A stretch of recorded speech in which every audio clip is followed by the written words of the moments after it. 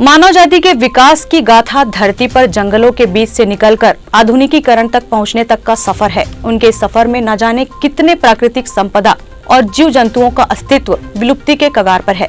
इंसानों के लिए बढ़ती सुख सुविधाओं और आधुनिकीकरण का युग ही उनके पीछे विनाश की कहानी लिख रहा है। विज्ञान की उन्नति पर्यावरण के विनाश के बाद ही संभव हो रही है।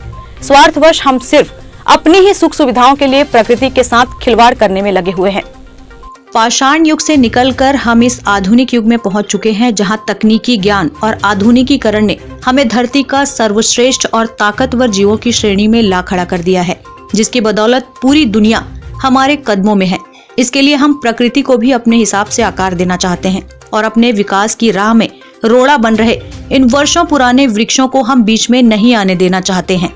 गाँव और शहरों के उत्तरोत्तर विकास का पैमाना होता है वहाँ के आवागमन की सुविधाएं जितनी बेहतर होगी, प्रगति का ग्राफ उतनी तेजी से विकसित होता है। क्षेत्र की आम जनता की मूलभूत आवश्यकताओं को ध्यान में रखते हुए दुर्ग जिले में हर तरफ विभिन्न मुख्य मार्गों के कायाकल्प करने की प्रक्रिया जारी है।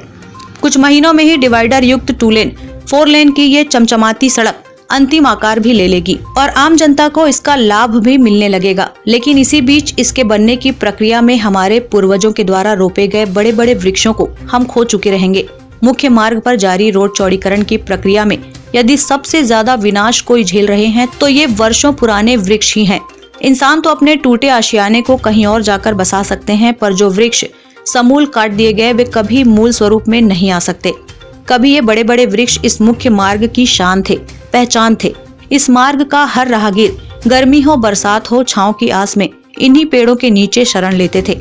ये पेड़ भी बिना किसी भेदभाव के सबके ऊपर बराबर छांव रूपी प्रेम और दुलार बनाए रखते थे। लेकिन जब हमारी उन्नति की राह में ये वृक्ष बीच में आने लगे तो हमने सबसे पहले निर्दयता पूर्वक इन्हें हटाने में कोई देरी नहीं की। जब कुल्हाड़ी और मशीनें इन वृक्षों को चीर रहे, गोद रहे थे, तो करुणामयी उम्मीदों से वे हम इंसानों से आस लगाए थे कि जिन्हें मैंने निस्वार्थ छांव दिया, फल दिया, वे आकर बचा लेंगे। पर ऐसा नहीं हुआ। इंसानों की बस्ती में तोड़फोड़ मची तो वे अपनी बनाई व्यवस्था का उपयोग करके अपना आशियाना बचा गए। पर दुर्भाग्य ये है कि इन बेजुबान पेड़ों की किसी ने नहीं सुनी।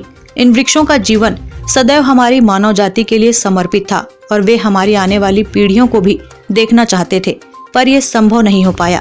हमें तो सिर्फ और सिर्फ एक ऐसा मार्ग चाहिए जहां हमारी गाड़ी बिना हिचकोले खाए सर पर दौड़ लगा सके। यदि आज इन वृक्षों को अपना रिश्तेदार मनाने वाले पर्यावरणविद स्वर्गीय गेंदलाल देशमुख जीवित होते तो वे इन वृक्षों को बचाने के लिए शासन और प्रशासन से संघर्ष कर रहे होते। पर अब इन वृक्षों के लिए कोई नहीं जो इन्हें भी हमारी आने वाली पीढ़ियों के लिए बचाने का संघर्ष जारी रख पाए।